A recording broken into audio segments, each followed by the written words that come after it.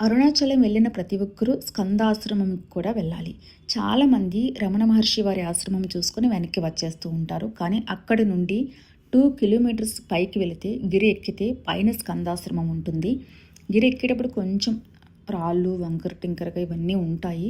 కొంచెం ఇబ్బందిగా ఉన్నప్పటికీ కూడా వెళ్ళలేనంత కష్టంగా అయితే ఉండదు. ఖచ్చితంగా చెప్పులు లేకుండానే వెళ్ళాలి. ఎందుకు అంటే అదంతా గిరి కాబట్టి. గిరి ఎక్కేటప్పుడు చాలా పక్షులు, నెమళ్ళు, కోతులు కనిపిస్తూ ఉంటాయి. కోతులైతే మనల్ని ఎటువంటి బ్యాగ్స్ కూడా పైకి పట్టుకెళ్ళనివ్వవు. వాటర్ బాటిల్స్ కూడా కొంచెం కష్టంగానే తీసుకువెళ్ళాలి. వాటి వైపు చూడకుండా కొంచెం జాగ్రత్త తీసుకుంటూ వెళ్తే సరిపోతుంది.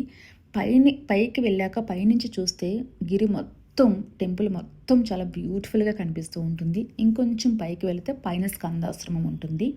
అదే ఆశ్రమంలో రమణ మహర్షి వారు వాళ్ళ అమ్మగారు అక్కడే ఉండేవారంట. ఆశ్రమంలోనే రమణ మహర్షి వారు ధ్యానం చేసుకునేవారంట. కొంచెం టైం ఉంటే 10 నిమిషాలైనా అక్కడ కూర్చుని ధ్యానం చేసుకుంటే చాలా ప్రశాంతంగా చాలా పాజిటివ్గా అనిపిస్తూ ఉంటుంది. రమణ మహర్షి వారు అక్కడే ఉన్నారేమో అనే ఫీలింగ్ మనకి నిజంగా తెలుస్తుందండి.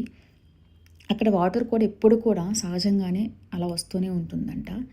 గిరి కిందకి వెళ్ళేటప్పుడు వేరే రూట్ ఉంటుంది. అక్కడి నుంచి కిందకి దిగేటప్పుడు కూడా చాలా టెంపుల్స్ కనిపిస్తూ ఉంటాయి. చాలా గృహాలు కనిపిస్తూ ఉంటాయి. ప్రతి గృహలో రమణ మహర్షి వారి ఫొటోస్ ఉంటాయి. ఆయన ప్రతి గృహలో ధ్యానం చేసుకునేవారంట. పక్షులు, కోనీరు చాలా ప్రశాంతంగా అనిపిస్తూ ఉంటుంది. ఆ గిరి మొత్తం కూడా రమణ మహర్షి వారు తిరిగిన నేలంటండి.